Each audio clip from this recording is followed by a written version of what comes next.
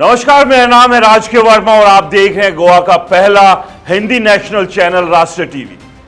दोस्तों, गोवा में जमीन के खेल में एक बार फिर बड़ा खुलासा हुआ है। प्रवर्तन निदेशालय यानी ईडी ने पंजिम में अपने गोवा जोनल ऑफिस में एक ऐसी चार्जशीट दाखिल की है जो गोवा के जमीन माफियाओं की नींद उड़ा देगी।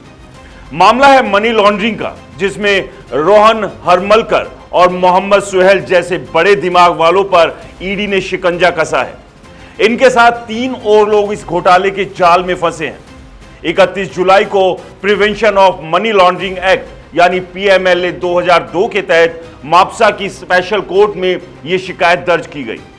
ईडी का कहना है कि यह सारा खेल गोवा पुलिस की 2 एफआईआर से शुरू हुआ, जिसमें जालसाजी, धोखाधड़ी और आपराधिक साजिश जैसे संगीन इल्जाम थे। जगह थी उत्तरी गोवा का बारडेज तालुका, जहां इन मास्टरमाइंड्स ने मिलकर जमीनों को हड़पने का जाल बुना। ईडी की तफ्तीश में खुलासा हुआ कि रोहन हरमलकर की अगुवाई में इन लोगों ने वसीयत, इन्वेंट्री प्रोसीडिंग्स, वंशावली रिकॉर्ड्स और बिक्री पत्र जैसे डॉक्यूमेंट्स में हेराफेरी की। फिर इन जमीन को साफ सुथरा दिखाकर तीसरे पक्ष को बेच दिया गया, यानी अपराध की कमाई को चकाचक तरीके से गायब कर दिया गया। ईडी ने जब इस मामले में छापेमारी की तो उसके हाथ ऐसे सबूत लगे जो इस घोटाले की परतें उधेड़ते हैं। पीएमएलए की धारा 17(1) के तहत की गई तलाशी में ढेर सारे डॉक्यूमेंट्स, डिजिटल सबूत और कई बैंक खातों को फ्रीज किया गया। रोहन हरमलकर को ईडी ने 3 जून को गिरफ्तार किया।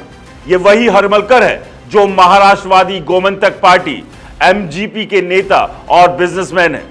2022 में बीजेपी ने रोहन हरमलकर को टिकट नहीं दिया तो इसने कुंभजुआ सीट से निर्दलीय चुनाव लड़ा पर हार गया। 2024 में एमजीपी में शामिल हुआ, लेकिन तब तक ईडी की नजर इस पर थी। अप्रैल 24 और 25 को ईडी ने छापेमारी की और हरमलकर की सारी करतूतें सामने आ गई। ईडी का दावा है कि हरमलकर इस पूरे खेल का सेंट्रल प्लेयर था। जाली दस्तावेज तैयार करवाने से लेकर मोटी रकम वसूलने तक सब कुछ इसी की देखरेख में हुआ। कैश और बैंकिंग चैनलों के जरिए इसने मोटा पैसा बनाया। पिछले हफ्ते ईडी ने 212 करोड़ रुपए से ज्यादा कीमत की जमीन अटैच की, जो इस घोटाले की कमाई का हिस्सा थी। दूसरा मास्टरमाइंड मोहम्मद सुहेल भी जून में गोवा पुलिस की क्राइम ब्रांच के हत्थे चढ़ा। गोवा सरकार ने 15 जून 2022 को एक स्पेशल इन्वेस्टिगेशन टीम यानी एसआईटी बनाई थी, जिसने 14 एफआईआर और 100 से ज्यादा जमीनों की जांच की। एसआईटी ने 75 से ज्यादा गिरफ्तारियां की। जांच आयोग ने अपनी रिपोर्ट में खुलासा किया कि सरकारी रिकॉर्ड्स के साथ संगठित और सिस्टमैटिक तरीके से छेड़छाड़ की गई।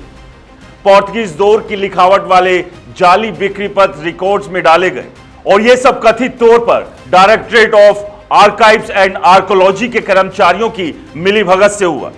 तो यह गोवा का जमीन हड़पने का खेल, जहां माफिया, नेता और जाली डॉक्यूमेंट्स का गठजोड़ मिलकर आम लोगों की जमीन लूट रहा था।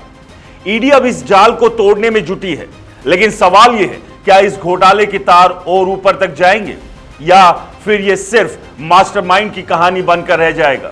लेकिन इस सब के बीच सबसे बड़ा सवाल यह है कि गोवा में जमीन के फर्जीवाड़े के मामले कोई नए नहीं है, लेकिन सबसे बड़ा सवाल यह है कि रोहन हरमलकर और मोहम्मद सुहेल जैसे ही लोग सिर्फ ये सारा का सारा जालसाजी का खेल खेल रहे हैं या इनके पीछे कोई बड़े चेहरे हैं जो अभी तक सामने नहीं आ पाए।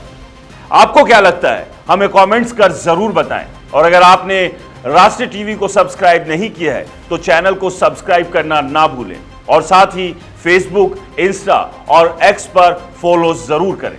नमस्कार।